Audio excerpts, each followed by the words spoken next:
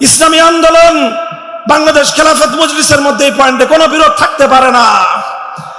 চরমনাইয়ের সাথে শাইখুল হাদিসের পরিবারের কোনো বিরোধ থাকতে পারে না। জমিয়ত উলামা ইসলামের সাথে এই পয়েন্টে আমাদের কোনো বিরোধ থাকতে পারে না। নিজামী ইসলামের সাথে কোনো বিরোধ থাকতে পারে না।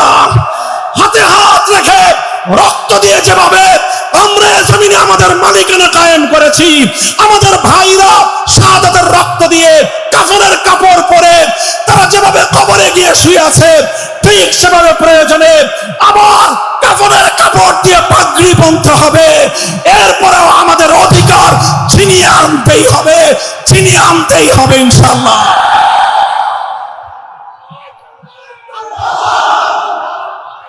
আজ আমরা কান্নাকাটি করি, অনেক আমাদের আফসোস হয় যে আমাদেরকে মূল্যায়ন করে না, আমাদেরকে এই করে না, সেই করে না।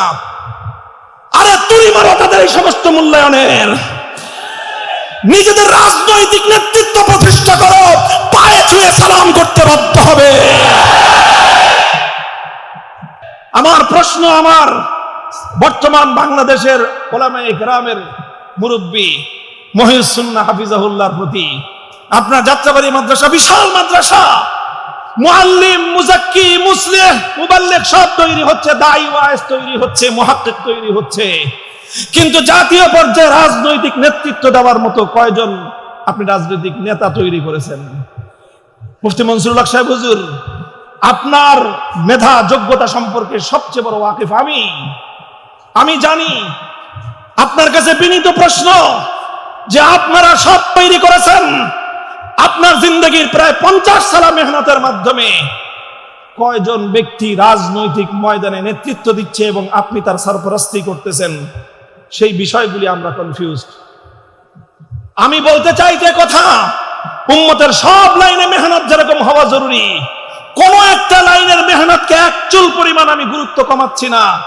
তবে সেই সাথে আমি যুক্ত করতে বলছি, এই সকল বড় বড় দ্বীনি ইদারাগুলো থেকে সুপরিকল্পিতভাবে আগামী দিনে এই জমিনে নেতৃত্বের বাগদর সামলানোর জন্য যোগ্য কায়েদে মিল্লাত রাজনৈতিক নেতা তৈরি করতে হবে। আমাকে যাই বলতে বলবেন, ঘুরে ঘেরে আমি ঘুরে ঘেরা সবকিছুর ভিতর দিয়ে কিন্তু আমি রাজনীতি পর্যন্ত আসব। এখন এটা আপনাদের কারো কাছে পছন্দ হোক বা না হোক, আমি মনে করি এটা আমার জিম্মাদারি এবং আমার ফরিজা যে এই উম্মতের কাছে তাদের রাজনৈতিক আমানতগুলো কোরআন এবং হাদিসের থেকে তাদের রাজনৈতিক জিম্মাদারি এই উম্মতের উলামায়ে কেরামের কাছ পর্যন্ত তুলে ধরাটা এটা আমার বিশেষ দায়িত্ব। শাপলা চত্বরে নবী প্রেমিক আল্লাহর পয়গম্বরের আশিক রাসূল উম্মতদের রক্তের ঋণ যদি তোমরা ভুলে যাও, ইতিহাস তোমাকে গাদ্দার হিসেবে চিহ্নিত করবে। কিন্তু যখন আল্লাহ নবীর ইজ্জতের হেফাজতের জন্য শাহাদাতের রক্তের নজরানার প্রয়োজন হয়, তখন সেই নবীর ইজ্জতের জন্য রক্তের নজরানা কারা দিতে প্রস্তুত, শাপলা চত্বরে বাংলাদেশের উলামায়ে কওমিয়া প্রমাণ করে দিয়েছেন। বিজয়ের ভিত শাহাদাতের রক্ত দিয়ে আল্লামা আহমদ শফী জুনায়েদ বাবুনগরের সন্তানরা কায়েম করেছিল। রক্ত দিয়ে শাপলা চত্বরে বিজয়ের বীজ রচনা করা হয়েছিল। সেই বীজ ফুলে ফলে সুশোভিত হয়ে এক যুগের পর 2024 সালের জুলাই মাসে আগ্নেয়গিরি হিসেবে প্রতিফলিত হয়েছিল। এই স্বাধীনতার সূর্য লাল হওয়ার জন্য সর্বপ্রথম যেই রক্তের ফোঁটা আল্লাহর জমিনে পতিত হয়েছে, সেটা ছিল আশিক রাসূল হেফাজতে ইসলামের রক্ত। যতবার জুলাই বিপ্লবের কথা বলবে, ততবার স্বপ্নের শহীদদেরকে স্মরণ করতে হবে। যতবার বাংলাদেশের স্বাধীনতার কথা বলবে, ততবার হেফাজতে ইসলামের নাম উচ্চারণ করতে হবে। যতবার ফ্যাসিবাদের বিরুদ্ধে কথা বলবে, ততবার শহীদে ইসলাম আল্লামা জুনায়েদ বাবুনগরের নাম উচ্চারণ করতে হবে। আল্লামা আহমদ শফীর নাম বলতে হবে। এই মালিকানা আমরা প্রতিষ্ঠিত করেছি। দিনের পর রাত, রাতের পর দিন কারাগারের অন্ধকার কুঠুরিতে দিন গুজরান করে এই মালিকানা আমরা প্রতিষ্ঠিত করেছি। স্বৈরাচারী লেডি ফেরাউনের চোখের উপর চোখ রেখে কথা বলে এই মালিকানা আমরা প্রতিষ্ঠিত করেছি। স্বৈরাচারী জালিম ইতিহাসের কুখ্যাত বর্বর শাসকের হুমকি আর ধমকিকে উপেক্ষা করে আমাদেরকে বাদ দিয়ে নতুন বাংলাদেশের আলাপ আলোচনা কশ্চিন কালেও গ্রহণযোগ্য হতে পারে না। ونشهد أن لا إله إلا الله وحده لا شريك له ونشهد أن سيدنا ومولانا محمدا عبده ورسوله صلى الله تعالى عليه وعلى آله وأصحابه وبارك وسلم تسليما كثيرا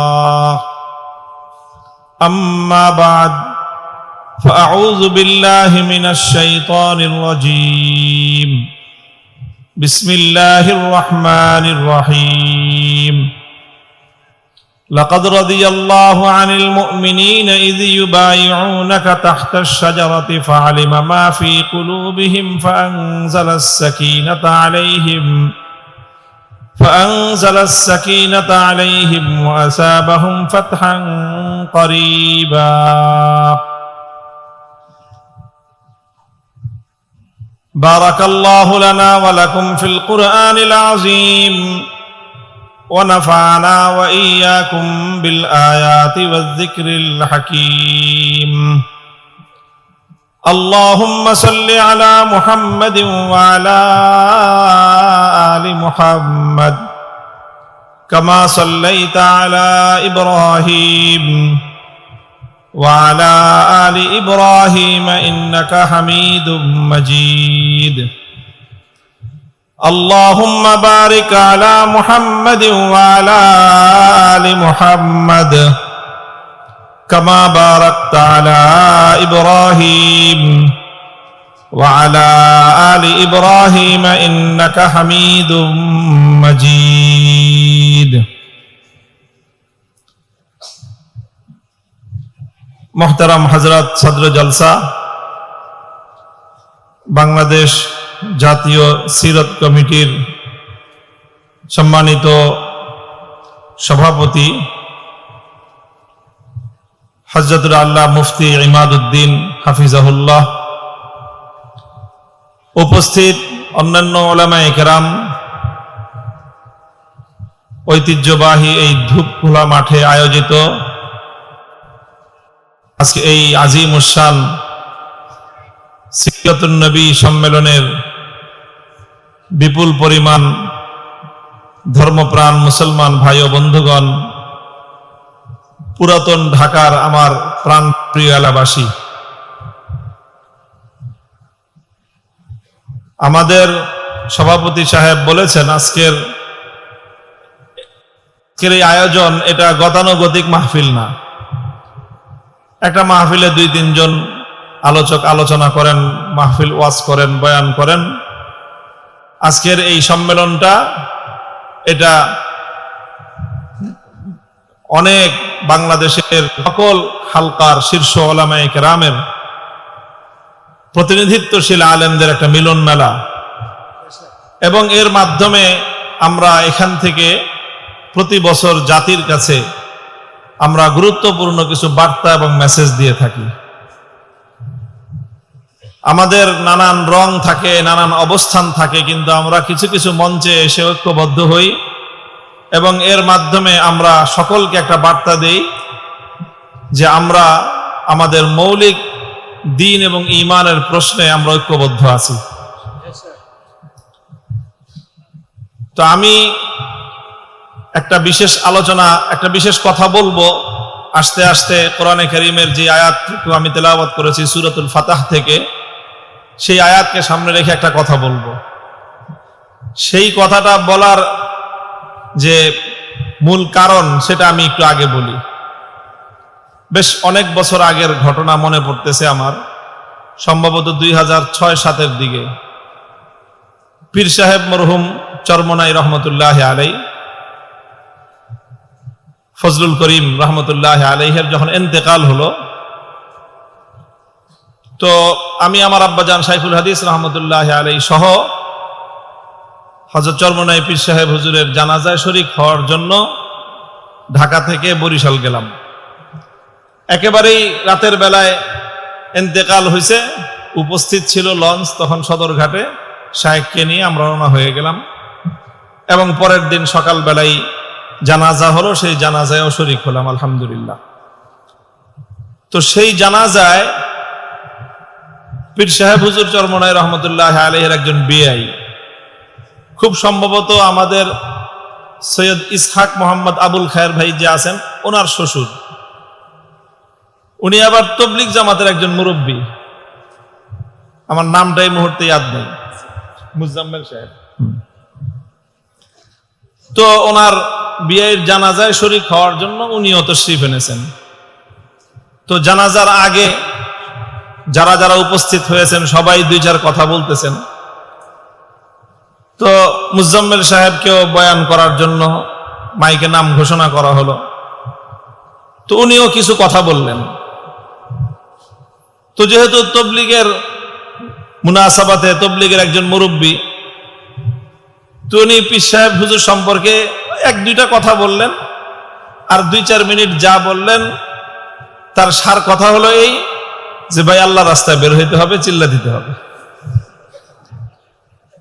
উনি কথাই এটা বললেন যে দেখেন, আমি হলাম তবলিগের মানুষ, আমরা এই সমস্ত মজমায় কথা বলি না, কথা বলার কোন সময় সুযোগ পাইলে আমরা ওই চিল্লার কথাই বলি।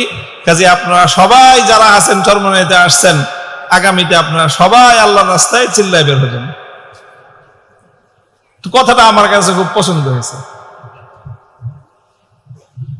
তো যেখানেই আমরা যাই আমাদের প্রত্যেকের এক একটা খাস মিশন থাকে, এক একটা মিশন নিয়ে কাজ করাটা, যে প্রত্যেক ব্যক্তি, এখন তো সাধারণ জেনারেল লাইনেও এটা ব্যাপক চর্চা, যে প্রত্যেকের একটা সাধারণ এবং কমন পড়াশোনা থাকে।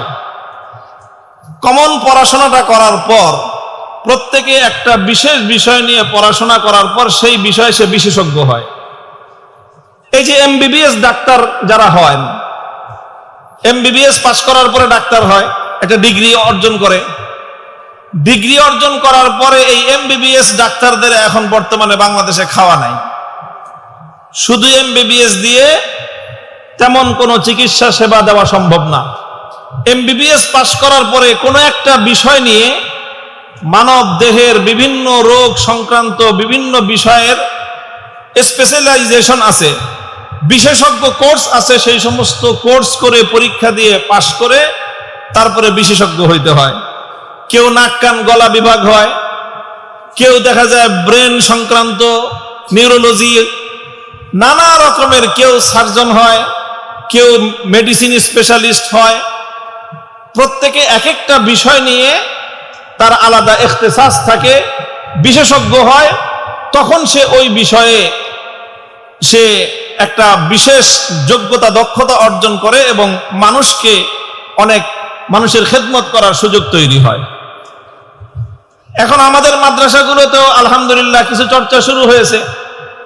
দাওরায়ে হাদিস পাশ করলেই শুধু হয় না, কেউ ফিকহ ইফতা নিয়ে পড়াশোনা করে এই বিষয়ে মাহের হয়, কেউ উলুমুল হাদিস নিয়ে পড়াশোনা করে হাদিসের উপর দক্ষতা এবং বিশেষ ব্যুৎপত্তি অর্জন করে, কেউ তাফসীরের উপর পড়াশোনা করে বিশেষ ব্যুৎপত্তি অর্জন করে, কেউ আদব আরবি সাহিত্য নিয়ে পড়াশোনা করে ব্যুৎপত্তি এবং বিশেষজ্ঞ পর্যায়ের জ্ঞান অর্জন করে। আরো নানা বিষয় আছে। এটা যেরকম জ্ঞানের ক্ষেত্রে ইসলামের যে বহুমুখী খেদমত আছে, সেই বহুমুখী খেদমত গুলোকেও আমরা ওলামায়ে কেরাম উম্মতের স্বার্থে এবং ইসলামের প্রয়োজনে এইরকম বিভিন্ন স্পেশালাইজেশন করে এগুলোকে তাকসিমে কার, কর্মবন্টনের আওতায় আমরা ভাগ করে নিয়ে, আমাদের কিছু মানুষ দাওয়াত এবং তাবলীগের মেহনত করেন, কিছু মানুষ ইসলাহি এবং খানকাহি মেহনত করেন, কিছু মানুষ ছাত্র গড়ার জন্য মাদ্রাসাগুলোতে একেবারে মাদ্রাসার গৃহ অভ্যন্তরে তারা পড়ে থাকেন ছাত্রদেরকে নিয়ে, সারা জীবন নাহু সরফের মেহনত করেন। এইরকম নানা ধরনের বিভিন্ন ধরনের মেহনত হয়।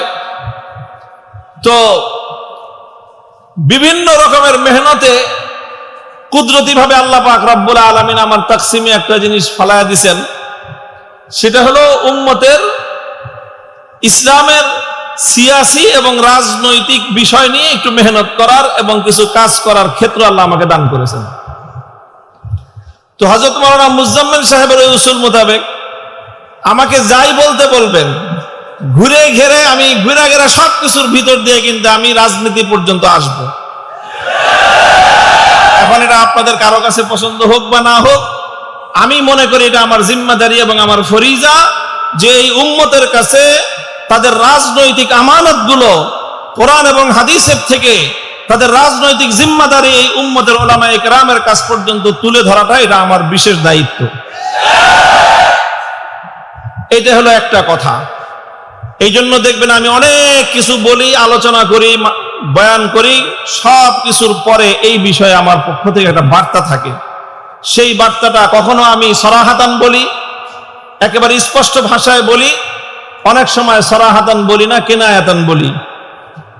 আল্লাহ পাক রব্বুল আলামিন আমাদের উম্মতের উলামায়ে কেরামের এই সর্বব্যাপী বহুমুখী খেদমতকে আল্লাহ পাক এক মোহনায় এনে একত্রিত করে এই উম্মতের বৃহত্তর কল্যাণ সাধন করার তৌফিক আমাদেরকে দান করেন।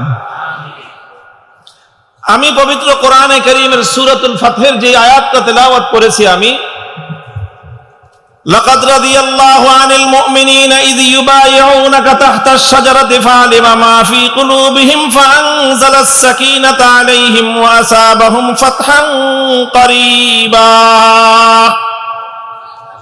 এটা তো বায়াতের রিজওয়ান সম্পর্কে নাজিল হয়েছে। এই আয়াত বায়াতের রিজওয়ান, ইসলামী ইতিহাসের এক উজ্জ্বল পাতার নাম হলো বায়াতের রিজওয়ান। সিরাতুন নবীর একটা জলজল দেদীপ্যমান একটা সফহার নাম হলো বায়াতের রিজওয়ান। রাসূল আকরাম সাল্লাল্লাহু আলাইহি ওয়াসাল্লামের সিরাত থেকে, নবুয়তের 23 বছরের জিন্দেগি থেকে যদি উজ্জ্বল, অতি উজ্জ্বল, অত্যুজ্জ্বল কয়েকটা পাতা বের করে দেওয়ার কথা বলা হয়, তাহলে অবশ্যই 4-5টা পাতা যদি কেউ খুলতে চায়, তাহলে তার মধ্যে অন্যতম একটা পাতা হবে যেই পাতার মধ্যে বায়াতের রিজওয়ানের তারিখ এবং বায়াতের রিজওয়ানের ইতিহাস লেখা থাকবে। যদি সাহাবায়ে কেরামের জিন্দেগিকে তালাশ করা হয়, 1.5 লক্ষ সাহাবায়ে কেরামকে যদি নানাভাবে বিশ্লেষণ করা হয়, সাহাবায়ে কেরামের জীবন চরিত্রকে নিয়ে যদি আলোচনা করা হয়, তাহলে সেই সকল সাহাবায়ে কেরামের জীবনের মধ্যে গুরুত্বপূর্ণ যেই কয়েকটা তাৎপর্যময় ঘটনা থাকবে, হিজরত এবং আপনার বদরের জিহাদের পর সবচেয়ে গুরুত্বপূর্ণ যেই ঘটনাটা সাহাবায়ে কেরামের জিন্দেগিতেও আলোচিত হবে, সেই ঘটনাটার নাম হলো বায়াতের রিজওয়ান। বায়াতের রিজওয়ান, সুলহুল হুদাইবিয়া, অনেকগুলি নাম আছে এই ঘটনার। সুলহে হুদাইবিয়াকে তারিখের মধ্যে 3টা নামে আখ্যায়িত করা হয়। সুলহুল হুদাইবিয়া, এটা প্রথমে ছিল উমরাতুল হুদাইবিয়া, তারপরে এটার নাম হয়েছে গজওয়াতুল হুদাইবিয়া, তারপরে এটার নাম হয়েছে সুলহুল হুদাইবিয়া। প্রথম নাম কি ছিল? উমরাতুল হুদাইবিয়া। রাসূল সাল্লাল্লাহু আলাইহি ওয়াসাল্লাম মদিনা শরীফ থেকে উমরা করার জন্য ইহরাম বেঁধে হাদির জানোয়ার সাথে করে নিয়ে মক্কা শরীফে যাওয়ার জন্য বাইতুল্লাহর উদ্দেশ্যে যাত্রা শুরু করেছিলেন এবং এই জন্য উমরার নিয়ত করেই 1400 থেকে 1500 সাহাবায়ে কেরামের নুরানি কাফেলা নিয়ে আল্লাহ নবী মক্কা অভিমুখে রওনা করেছিলেন। উমরার নিয়ত ছিল, ইহরাম ছিল, এই জন্য এই ইতিহাসকে এবং এই সফরকে বলা হয় উমরাতুল হুদাইবিয়া। যখন আল্লাহ নবী হুদাইবিয়া পর্যন্ত এসে পৌঁছলেন মক্কার উপকণ্ঠে, মক্কার কুরাইশরা বাধা দিল যে কোনোভাবেই আল্লাহ নবীকে মক্কায় ঢুকতে দিবে না, প্রয়োজনে লড়াই করবে, যুদ্ধ হবে, কিন্তু তারা কোনো মূল্যেই আল্লাহ নবীকে মক্কা শরীফে ঢুকতে দিবে না। রাসূল আকরাম সাল্লাল্লাহু আলাইহি ওয়াসাল্লাম তাদের সঙ্গে আলোচনা করলেন, নানাভাবে তাদেরকে বোঝালেন যে দেখো, আমরা যুদ্ধ করতে আসি নাই, আমরা মারামারি করতে আসি নাই, সংঘাত করতে আসি নাই, আমরা এসেছি শুধুমাত্র আল্লাহর ঘর বাইতুল্লাহর সফর করব, বাইতুল্লাহর জিয়ারত করব, তাওয়াফ করব, উমরা করব, আমরা চলে যাব, আমরা আর কিছুই করব না। কিন্তু তারা কোনোভাবেই আল্লাহর নবীর এই কথা শুনলো না এবং তারা তাদের এক কথা পরিষ্কার যে আমরা কোনোভাবেই আপনাকে মক্কা ঢুকতে দিব না। এরপরে একটা পর্যায়ে ঘটনা ঘটলো, সংবাদ আসলো রাসূল সাল্লাল্লাহু আলাইহি ওয়াসাল্লাম আলোচনার জন্য মক্কা নগরীতে কুরাইশদের সঙ্গে আলোচনার জন্য হযরত ওসমান রাদিয়াল্লাহু তাআলা আনহুকে প্রেরণ করেছিলেন।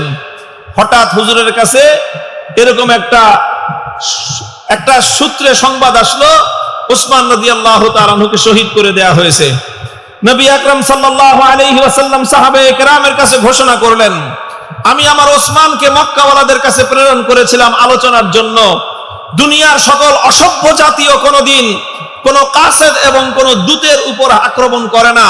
তাদের জীবনের নিরাপত্তা দেওয়া দুনিয়ার সবচেয়ে অসভ্য জাতিরও একটা সভ্যতার বলতে সর্বশেষ চিহ্ন এটা থাকে। আজ মক্কাওয়ালারা যদি আমার ওসমানকে হত্যা করে থাকে, শহীদ করে থাকে, আমি শপথ নিলাম হুদাইবিয়ার মাটি থেকে ওসমানের রক্তের বদলা না নিয়ে আমি ফিরবো না। তোমরা ওসমানের হত্যার বদলা নেওয়ার জন্য কারা কারা প্রস্তুত আছো? সাহাবায়ে কেরাম খইয়ের মতো ফুটতে আরম্ভ করলেন।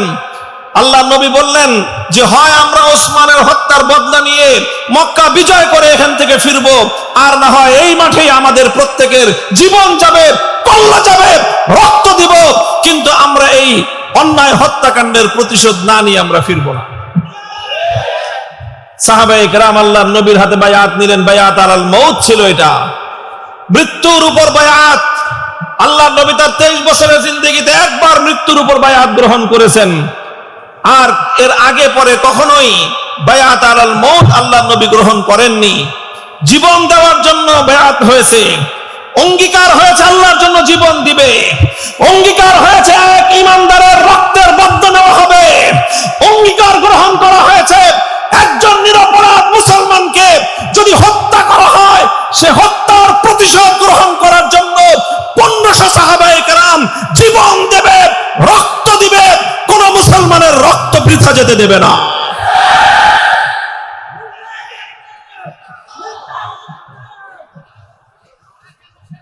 এইভাবে বায়াতের রিদওয়ান হলো।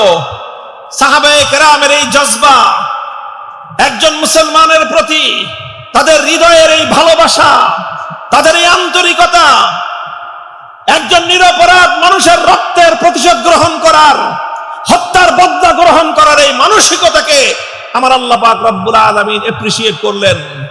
আল্লাহ শুধু সমর্থন করেছেন তাই নয়, বরং আল্লাহ পাক রব্বুল আলামিন এটাকে সর্বতোভাবে আল্লাহ পাক উৎসাহিত করলেন এবং আল্লাহ বললেন, লাকাদ রাদিয়াল্লাহু আনিল মুমিনিন ইয ইউবাইউনাকা তাহতাশ শাজারাতি।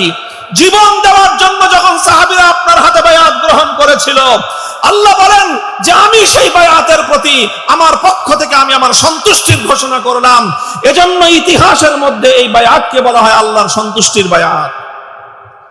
হে মুসলমান, মনে রেখো, এক একজন ঈমানদারের জীবনের দাম এত বেশি, একজন মুমিনের জীবনের মূল্য এত বেশি। একজন নিরপরাধ, একজন সাধারণ মুসলমান, যে কোনো ঈমানদার অন্যায়ভাবে যদি হত্যাকাণ্ডের শিকার হয়, সেই মুমিনের জীবনের দাম এত বেশি। সেই মুমিনের জীবনের নিরাপত্তা প্রতিষ্ঠার জন্য, তার হত্যার বদলা গ্রহণ করার জন্য, তার রক্তের প্রতিশোধ গ্রহণ করার জন্য ঈমানদাররা যখন বায়াত গ্রহণ করে, শপথ গ্রহণ করে, আরশের মালিক সেই শপথের উপর তার সন্তুষ্টির এলান করে দেন। এইভাবে উমরাতুল হুদাইবিয়া এটা পরিণত হয়ে গেল একটা যুদ্ধাঙ্গদেহী পরিস্থিতিতে। এই জন্য ইতিহাসের পাতায় এই ঘটনাকে দ্বিতীয় নামে নামকরণ করা হয় গাজওয়াতুল হুদাইবিয়া। এই যখন চরম পর্যায়ের উত্তেজনা ছড়িয়ে পড়ল, মক্কার কুরাইশরা দেখলো যে খবর ভাবসাব ভালো না, পরিস্থিতি ভালো নয়। আজ নবীর সাহাবীরা যেভাবে জীবন দেওয়ার জন্য শপথ গ্রহণ করেছে, পরিস্থিতি এত সহজে সামাল দেওয়া যাবে বলে মনে হয় না। তখন মক্কার লোকেরা তারাও নমনীয় হয়ে গেল যে না, ঠিক আছে, মারামারির দরকার নাই, আমরা আলোচনার মাধ্যমে সমস্যার সমাধান করব। শেষ পর্যন্ত ইতিহাস লম্বা, দ্বিপাক্ষিক আলোচনা হলো, আলোচনার মাধ্যমে কিছু ধারা নির্ধারিত হলো এবং সেই ধারার মাধ্যমে কিছু কথাবার্তা ঠিক হলো, সেই কথাগুলোর মাধ্যমে একটা চুক্তি স্বাক্ষরিত হলো, যেই চুক্তিকে বলা হয় সুলহে হুদাইবিয়া। সুলহুল হুদাইবিয়া একটা সন্ধি হলো মক্কার কুরাইশদের সঙ্গে আল্লাহর নবীর। সেই সুলহুল হুদাইবিয়া তখন এটা উমরাতুল হুদাইবিয়া থেকে গজওয়াতুল হুদাইবিয়া হয়ে এটার চূড়ান্ত নাম গিয়ে দাঁড়ালো সুলহুল হুদাইবিয়া। এগুলো বলাও আমার উদ্দেশ্য না, আমি আমার অন্য একটা কথা বলার জন্য এই ঘটনার উদ্ধৃতি দিলাম। কথা যেটাই বলবো আগে তো ঘটনাটা বলতে হবে, বিষয়টা। সহিহ বুখারী শরীফের মধ্যে এই সুলহে হুদাইবিয়ার বাবের মধ্যেই হযরত বারা ইবনে আযিব রাদিয়াল্লাহু তাআলা আনহু, আল্লাহর পয়গম্বরের একজন গুরুত্বপূর্ণ সাহাবী বারা ইবনে আযিব রাদিয়াল্লাহু তাআলা আনহু, তিনি বর্ণনা করেন অন্যান্য সাধারণ মুসলমানদেরকে লক্ষ্য করে, একদিন হযরত বারা ইবনে আযিব বললেন, তাউদ্দুনা আনতুমুল ফাতহা ফাতহা মাক্কাতা, তাউদ্দুনা আনতুমুল ফাতহা ফাতহা মাক্কাতা, তোমরা মনে করো আল্লাহর নবীর জীবনের সবচেয়ে বড় ঐতিহাসিক বিজয় হলো মক্কা বিজয়। এটাই সাধারণ কথা, কারণ মক্কা বিজয়ের মাধ্যমে ইসলামের একটা বিশাল গৌরব প্রতিষ্ঠিত হয়েছিল। যেই জমিন থেকে আল্লাহর নবী 8 বছর আগে নিতান্ত নিঃস্ব অসহায় অবস্থায় যেই জমিন থেকে আল্লাহর নবীকে বের করে দেওয়া হয়েছিল, সাহাবায়ে কেরামকে বের করে দেওয়া হয়েছিল, নিজের জন্মভূমি ছাড়তে হয়েছিল, ইতিহাসের বর্বরতম সমস্ত অত্যাচার এবং নির্যাতনের স্টিম রোলার গুলো পরিচালিত হয়েছিল, ইতিহাসের নির্মম সকল অধ্যায়গুলো রচিত হয়েছিল, যেই মাটিতে আল্লাহর নবী সেই মাটিতে বিজয়ী বেশে প্রবেশ করেছিলেন মক্কা বিজয়ের দিন। এবং মক্কা বিজয়ের মাধ্যমেই মূলত মক্কার কুরাইশদের সাথে ইসলামের সকল দ্বন্দ্ব এবং সংঘাত চূড়ান্ত ফয়সালা হয়ে যায় এবং এই বিরোধ নিষ্পত্তি হয়ে মক্কা নিরঙ্কুশভাবে ইসলামের বিজয় প্রতিষ্ঠিত হয়। এই জন্য ফতহে মক্কা এটা ইসলামের খুব গুরুত্বপূর্ণ একটা ঘটনা এবং একটা ঐতিহাসিক বিজয়, যেটাকে স্বাধীনতা দিবস বলা যায়, বিজয় দিবস বলা যায়। আমরা যেরকম বাঙালি জাতি আমরা বিজয় দিবস উদযাপন করি, মুসলিম জাতির জন্যও সত্যিকার অর্থে আল্লাহর নবীর 23 বছরের জীবন পর্যালোচনা করলে চূড়ান্ত বিজয় দিবস তো ছিল ফতহে মক্কার দিন। মক্কা বিজয়ের দিনটাই ছিল বিজয় দিবসের দিন। হযরত বারা ইবনে আযিব রাদিয়াল্লাহু তাআলা আনহু বলেন যে, তাউদ্দুনা আনতুমুল ফাতহা ফাতহা মাক্কাতা, হে সাধারণ মুসলমান, তোমরা তো আল্লাহর নবীর জীবনের ঐতিহাসিক বিজয় হিসেবে, সবচেয়ে বড় বিজয় হিসেবে তোমরা মক্কা বিজয়কে গ্রহণ করো, গণনা করো। তোমাদের ধারণা এরকম, ওয়াকাদ কানা ফাতহু মাক্কাতা ফাতহান। নবীর সাহাবী, এই ছাত্ররা ভালো করে মনোযোগ দিয়ে শুনো কথাটা, ওয়াকাদ কানা ফাতহু মাক্কাতা ফাতহান। সাহাবী বলতেছেন, আমাদের দৃষ্টিতে মক্কা বিজয়টা এটা একটা মামুলি বিজয় ছিল, এটা খুব বড় কোনো বিজয় ছিল না। মক্কা বিজয়টা একটা সাধারণ বিজয় ছিল। ওয়ানাহনু নাউদ্দুল ফাতহা বায়াতার রিদওয়ান ইয়াউমাল হুদাইবিয়া, ওয়ানাহনু নাউদ্দুল ফাতহা বায়াতার রিদওয়ান ইয়াউমাল হুদাইবিয়া।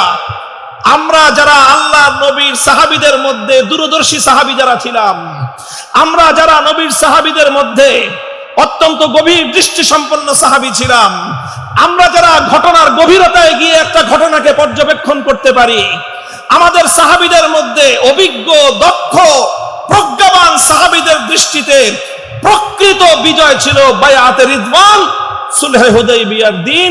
সেই দিনই প্রকৃত বিজয় অর্জিত হয়েছে। মুহতারাম হাজিরিন, আমার আজিজ তালাবা, সিরাতুন নবী বিভিন্ন ভাবে আলোচনা হয়, আলোচনা হবে। আজকের সিরাতের এই সম্মেলন থেকে আমি তোমাদেরকে আল্লাহর পয়গম্বরের এই সিরাতের খুব গুরুত্বপূর্ণ সূক্ষ্ম একটা বিষয়ের দিকে দৃষ্টি আকর্ষণ করছি এবং শেষে আমার পক্ষ থেকে একটা প্রস্তাব থাকবে। আমার জাতির ওলামায়ে কেরাম এবং যারা আমাদের জিম্মাদারান আকাবির ওলামায়ে কেরামকে খেতাব করে, নাম নিয়ে নিয়ে আমি খেতাব করে একটা কথা বলে যাব। তোমাদের মতো একজন তোমাদের একজন বড় ভাই হিসেবে। কথাটা শেষ পর্যন্ত শুনতে হবে মনোযোগ দিয়ে। হযরতে বারা ইবনে আযিব রাদিয়াল্লাহু আনহু বলতেছেন, ওয়াকাদ কানাল ফাতহু মক্কাতা ফাতহান ওয়া নাহনু নাউদ্দুল ফাতহা বায়াদার রিদওয়ান ইয়াউমাল হুদাইবিয়া। যদি আসলে সত্যিকার অর্থে গভীর দৃষ্টি দেওয়া হয়, তাৎপর্য পূর্ণ বিজয় হিসেবে চিহ্নিত করতে হয়, অন্তর্দৃষ্টি দিয়ে যদি বিশ্লেষণ করতে হয়, তাহলে বলতে হবে প্রকৃত বিজয় মক্কা বিজয়ের দিন ছিল না, প্রকৃত বিজয় রচিত হয়েছিল হুদায়বিয়ার দিন। সেই গাছের নিচে, গাছের ছায়ার তলে আল্লাহর নবী যখন বায়াতুর রিদওয়ান গ্রহণ করেছিলেন, আমাদের কাছ থেকে আল্লাহর দ্বীনের জন্য জীবন উৎসর্গ করার শপথ গ্রহণ করেছিলেন। সেই শপথের মাধ্যমে হুদায়বিয়ার মাঠেই চূড়ান্ত বিজয়ের ভিত তৈরি হয়েছিল। আজ বাংলাদেশকে আমরা বলি, তোমরা 36শে জুলাইকে প্রকৃত বিজয় বলো। আমি বলতে চাই, প্রকৃত বিজয়ের ভিত তৈরি হয়েছিল 2013 সালের 5ই মে শাপলা চত্বরে।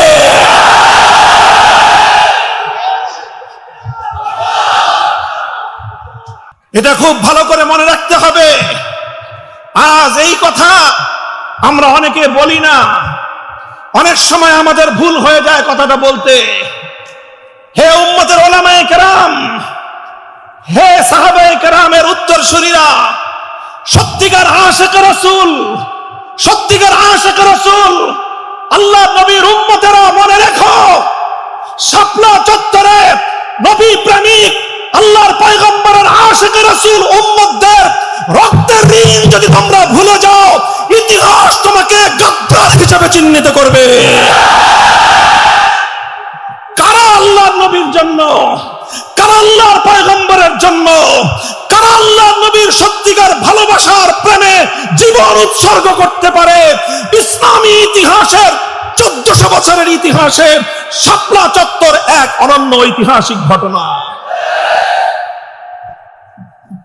আল্লাহর নবীর ইজ্জতের উপর যখন আঘাত আসে, যখন আমার নবীর ইজ্জত নিয়ে ছিনিমিনি খেলা হয়, যখন আমার নবীর পুত পবিত্র চরিত্রের উপর কালিমা লেপন করার চেষ্টা করা হয়, যখন আমার নবীর ইজ্জতের চাদর নিয়ে টানা হেচড়া করা হয়, আশিক রাসূল হিসেবে অনেকেই নিজেকে পরিচয় দিতে পারে, কিন্তু যখন আল্লাহর নবীর ইজ্জতের হেফাজতের জন্য শাহাদাতের রক্তের নজরানার প্রয়োজন হয়, তখন সেই নবীর ইজ্জতের জন্য রক্তের নজরানা কারা দিতে প্রস্তুত, শাপলা চত্বরে বাংলাদেশের উলামায়ে কওমিয়া প্রমাণ করে দিয়েছেন।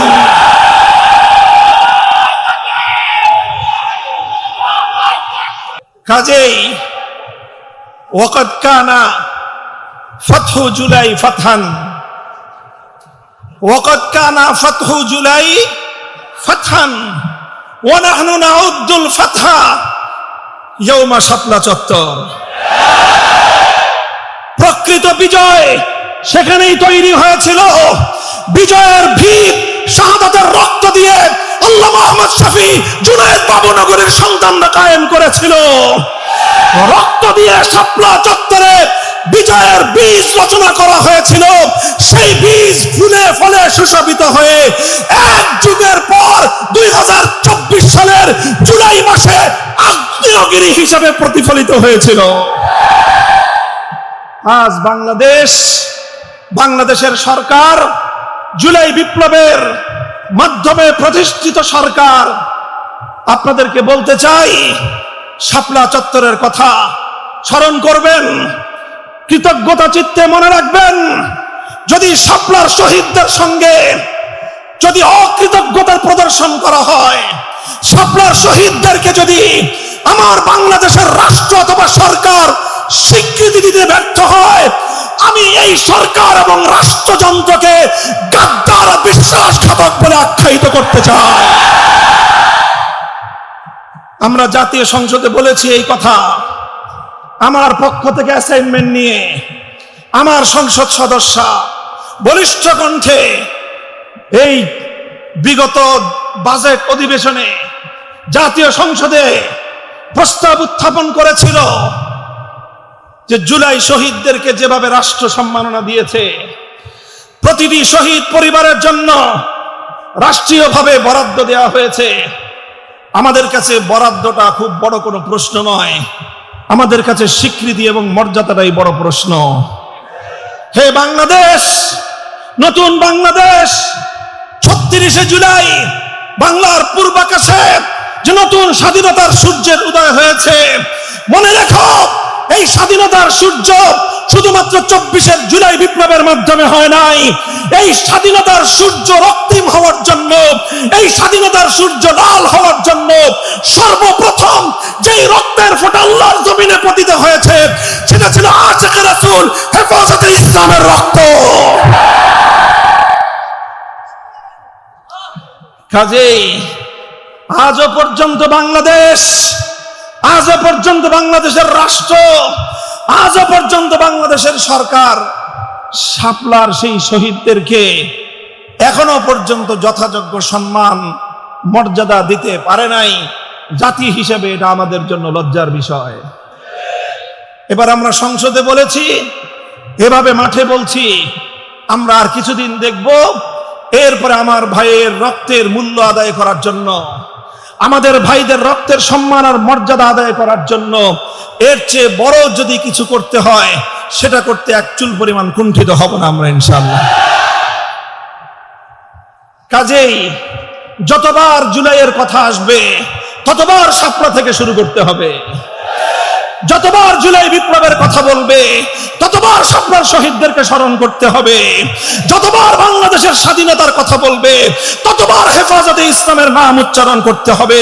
যতবার ফ্যাসিবাদের বিরুদ্ধে কথা বলবে ততবার শহীদে ইসলাম আল্লামা জুনায়েদ বাবুনগরীর নাম উচ্চারণ করতে হবে, আল্লামা আহমদ শফীর নাম বলতে হবে।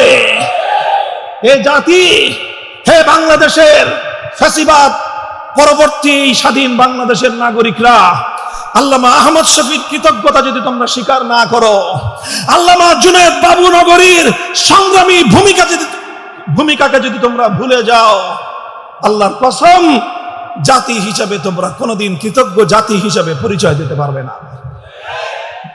এটা হলো আমার একটা বার্তা, একটা বার্তা। আমি দাবি করি জুলাই আমাদের লড়াই। আমি বই লিখেছি জুলাই কেন আমাদের লড়াই। জুলাইয়ের উপর, জুলাইয়ের বিপ্লবের উপর আমাদের সত্য আছে, আমাদের মালিকানা আছে। এই মালিকানা কারো অনুগ্রহে নয়, এই মালিকানা কারো অনুদানে নয়, এই মালিকানা প্রতিষ্ঠিত করেছি আমরা রক্তের নজরানা দিয়ে। এই মালিকানা আমরা প্রতিষ্ঠিত করেছি আমাদের জীবন বিপন্ন করে। এই মালিকানা আমরা প্রতিষ্ঠিত করেছি দিনের পর রাত, রাতের পর দিন কারাগারের অন্ধকার কুঠুরিতে দিন গুজরান করে। এই মালিকানা আমরা প্রতিষ্ঠিত করেছি স্বৈরাচারী লেডি ফেরাউনের চোখের উপর চোখ রেখে কথা বলে। এই মালিকানা আমরা প্রতিষ্ঠিত করেছি স্বৈরাচারী জালিম ইতিহাসের কুখ্যাত বর্বর শাসকের হুমকি আর ধমকিকে উপেক্ষা করে। কেউ যদি আমাদের এই মালিকানাকে দুর্বল করে দিতে চান, যদি তিনি আমার ঘরানার হন, আত্মঘাতী চিন্তা করতেছেন। তিনি যদি আমাদের অন্য ঘরানার হন, ষড়যন্ত্রে লিপ্ত হয়েছেন। ষড়যন্ত্রকারীরাও হুঁশিয়ার হয়ে যান। যারা আত্মঘাতী চিন্তা করেন আপনারা আর একটু সচেতন হন, সচেতন হন। এভাবে জুলাই পর্যন্ত আসতে যতগুলো রক্তের দরিয়া পার হতে হয়েছে, জুলাই একদিনে তৈরি হয় নাই, ফ্যাসিবাদ একদিনে বিদায় হয় নাই। এই আধিপত্যবাদী জগদ্দল পাথরের মতো চেপে বসা ইসলাম বিরোধী মূর্তি প্রতীকের শক্তি এমনিতেই জমিন থেকে বিদায় হয় নাই। একটার পর একটা রক্তের দরিয়া পার হতে হয়েছে। প্রথম রক্তের দরিয়া পার হয়েছে শাপলা চত্বরের বীর শহীদানরা। এরপর রক্তের দরিয়া পার হয়েছে 2021 সালের মোদী বিরোধী আন্দোলনের হেফাজতের কর্মীরা। চূড়ান্ত লড়াই হয়েছিল 2024-এর জুলাই মাসে। সেই জুলাই মাসেও এদেশের আজাদির সন্তান হিসেবে এদেশের আলেম সমাজ, কওমি মাদ্রাসার সন্তানদের যে অবদান স্বর্ণাক্ষরে লিখে রাখতে বাধ্য হবে ইতিহাস। মুহতারাম হাজিরিন, কাজেই আজ নতুন বাংলাদেশ বিনির্মাণে, নতুন বাংলাদেশ তৈরির ক্ষেত্রে যে আলাপ, যে আলোচনা, আমরা তার অন্যতম স্টেক হোল্ডার। আমাদেরকে বাদ দিয়ে নতুন বাংলাদেশের আলাপ আলোচনা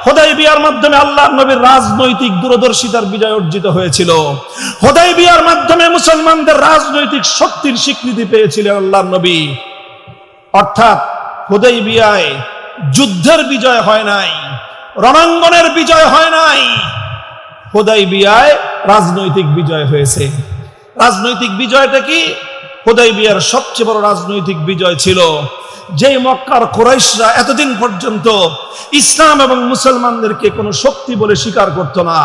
ওরা বলতো মুহাম্মদ সাল্লাল্লাহু আলাইহি ওয়াসাল্লামের আশেপাশে কিছু বিক্ষিপ্ত মানুষ জমা হয়েছে। আরো নিকৃষ্ট ভাষায় উপেক্ষা করে, উপহাস করে তারা বলতো কিছু বাদাইম্য জমা হয়েছে। নাউজুবিল্লাহ। আপনি পড়েন হুদায়বিয়ার ইতিহাসের মধ্যে পড়েন, তারা যেই কথাগুলো বলেছিল যে আল আওবাস, আপনার চারপাশে কিছু বাদাইম্মা বেহুদা জমা হয়েছে, এগুলো 2 দিন পরে চলে যাবে, আপনি এদের জন্য নিজের গোত্রের সঙ্গে আপনি লড়াই করেন।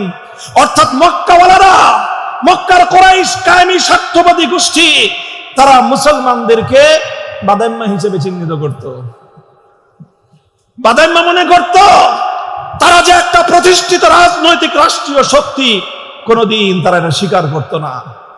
কিন্তু যেদিন হুদায়বিয়ায় তারা চুক্তি স্বাক্ষর করলো, হাযা মা কাযানা আলাইহি মুহাম্মাদুর রাসূলুল্লাহ, হাযা মা কাযানা আলাইহি মুহাম্মদ ইবনে আব্দুল্লাহ ওয়া সুহাইল ইবনে আমরিন, এখানে তারা স্বীকৃতি দিল।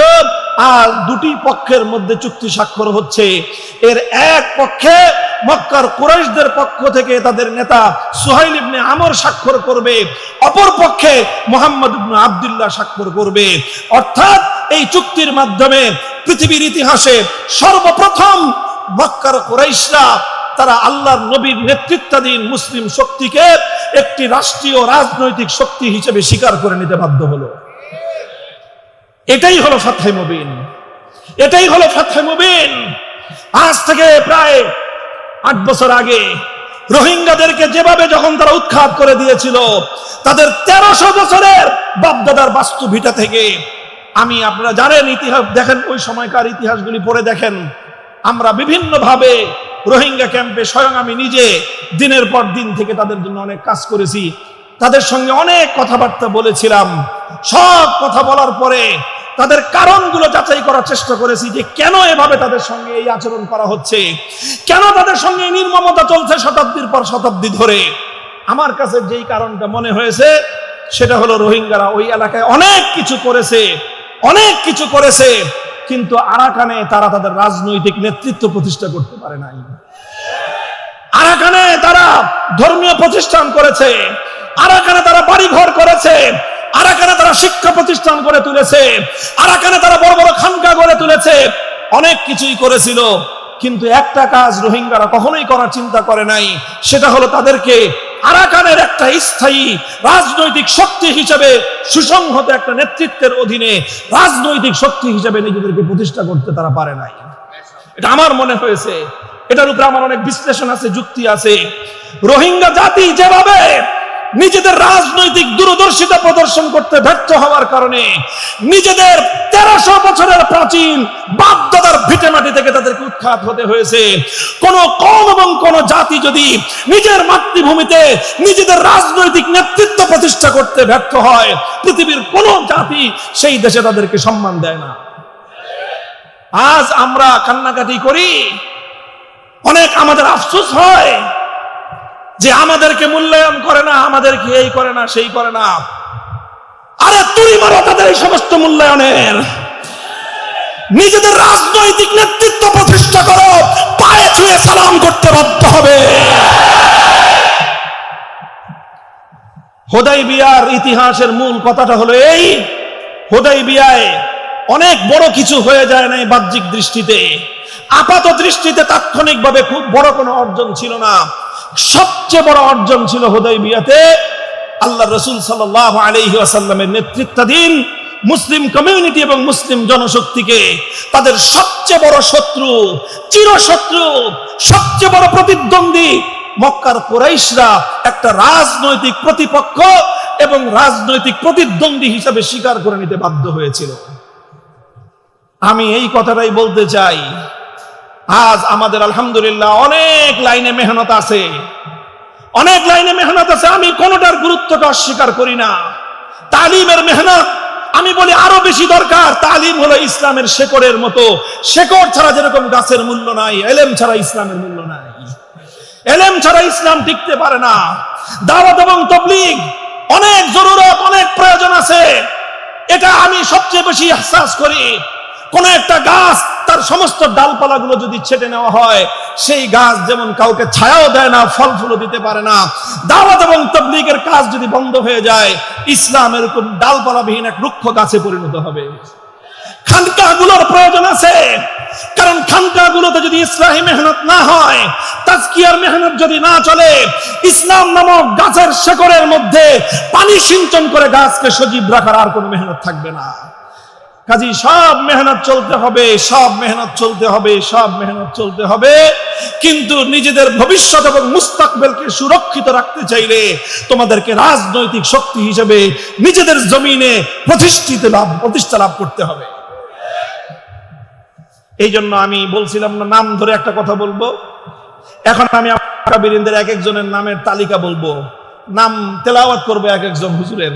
আমাদের সকল মুরব্বীদের, বর্তমান যে সমস্ত মুরব্বীরা এখন আমাদের মাথার উপর রহমতের ছায়া হয়ে আছেন, আল্লাহ পাক ওনাদের সকলকে দীর্ঘ নেক হায়াত তৈয়বা দান করেন। আমাদের মুহিউস সুন্নাহ মাহমুদুল হাসান হাফিজাহুল্লাহ তাআলা, ফরিদাবাদ মাদ্রাসার মুহতামিম, আমাদের মুরব্বী হযরত মাওলানা আব্দুল কুদ্দুস সাহেব হাফিজাহুল্লাহ তাআলা, আমার ওস্তাদ মুহতারাম হযরত মাওলানা মুফতি মনসুরুল হক সাহেব হাফিজাহুল্লাহ তাআলা ওয়া রাআ, আমার উস্তাদ, আমার গভীর ইলমের উস্তাদ, জাতীয় মসজিদ বাইতুল মুকাররমের খতিব হযরত মাওলানা মুফতি আব্দুল মালিক হাফিজাহুল্লাহ তাআলা। এই জন্য আমি বলছিলাম না, নাম ধরে একটা কথা বলবো। এখন আমি আকাবিরিনদের এক একজনের নামের তালিকা বলবো, নাম তেলাওয়াত করবে এক একজন হুজুরের। আমাদের সকল মুরব্বীদের, বর্তমান যে সমস্ত মুরব্বীরা এখন আমাদের মাথার উপর রহমতের ছায়া হয়ে আছেন, আল্লাহ পাক ওনাদের সকলকে দীর্ঘ নেক হায়াত তৈয়বা দান করেন। আমাদের মুহিউস সুন্নাহ মাহমুদুল হাসান হাফিজাহুল্লাহ তাআলা, ফরিদাবাদ মাদ্রাসার মুহতামিম, আমাদের মুরব্বী হযরত মাওলানা আব্দুল কুদ্দুস সাহেব হাফিজাহুল্লাহ তাআলা, আমার ওস্তাদ মুহতারাম হযরত মাওলানা মুফতি মনসুরুল হক সাহেব হাফিজাহুল্লাহ তাআলা ওয়া রাআ, আমার উস্তাদ, আমার গভীর ইলমের উস্তাদ, জাতীয় মসজিদ বাইতুল মুকাররমের খতিব হযরত মাওলানা মুফতি আব্দুল মালিক হাফিজাহুল্লাহ তাআলা।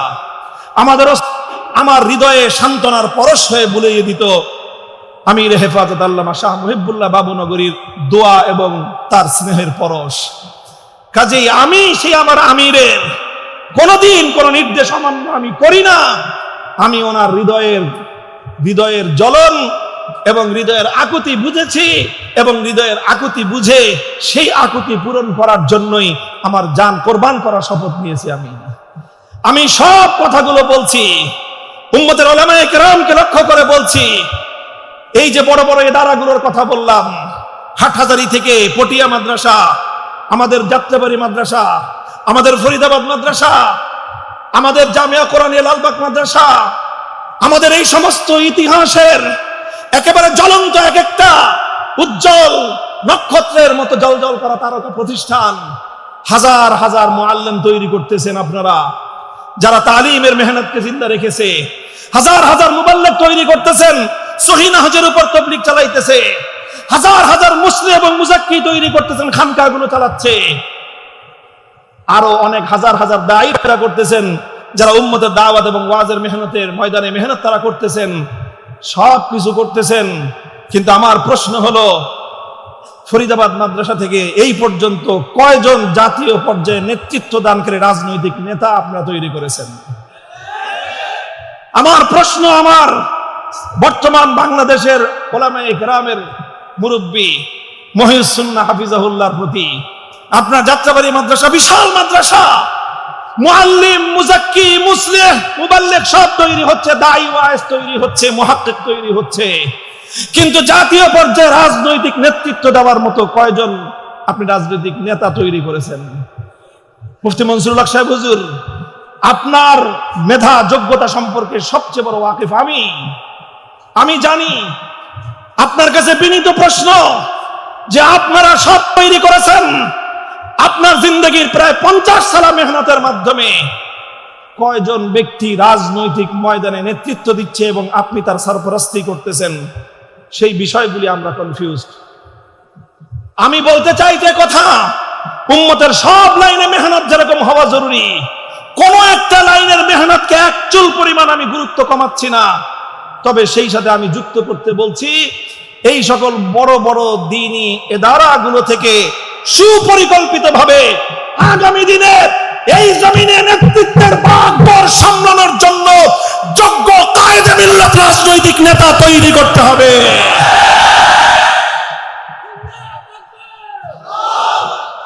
যদি আমরা সেই রাজনৈতিক নেতৃত্ব প্রতিষ্ঠা করতে পারি, ইনশাআল্লাহ এই জমিনে আমাদের তালিমের মেহনত, আমাদের তবলিগের মেহনত, আমাদের তাজকিয়ার মেহনত, আমাদের দাওয়াতের মেহনত, এই সবগুলো মেহনত শুধুমাত্র সুরক্ষিতই থাকবে না, বরং এগুলোর পরিপূর্ণ সুফল আমরা ভোগ করতে পারবো। কারো কাছে আমাদের ধর্ণা দেওয়া লাগবে না। আল্লাহর কসম খেয়ে বলি, আজ বাংলাদেশের মাটিতে যত ধরনের জনগোষ্ঠী আছে, যত শ্রেণীর মানুষ আছে, আমাদের এই দেশের ওলামায়ে হাক্কানি ওলামায়ে দেওবন্দীদের কাছে দ্বীন এবং মিল্লাতের জন্য ওয়াকাতরে রক্ত দেওয়ার জন্য প্রস্তুত যেই জনগোষ্ঠী আছে, সেই জনগোষ্ঠী বিএনপি, আওয়ামী লীগ, এমনকি জামাতে ইসলাম সহ কোন রাজনৈতিক দলের কাছেও এইরকম ম্যান পাওয়ার নাই।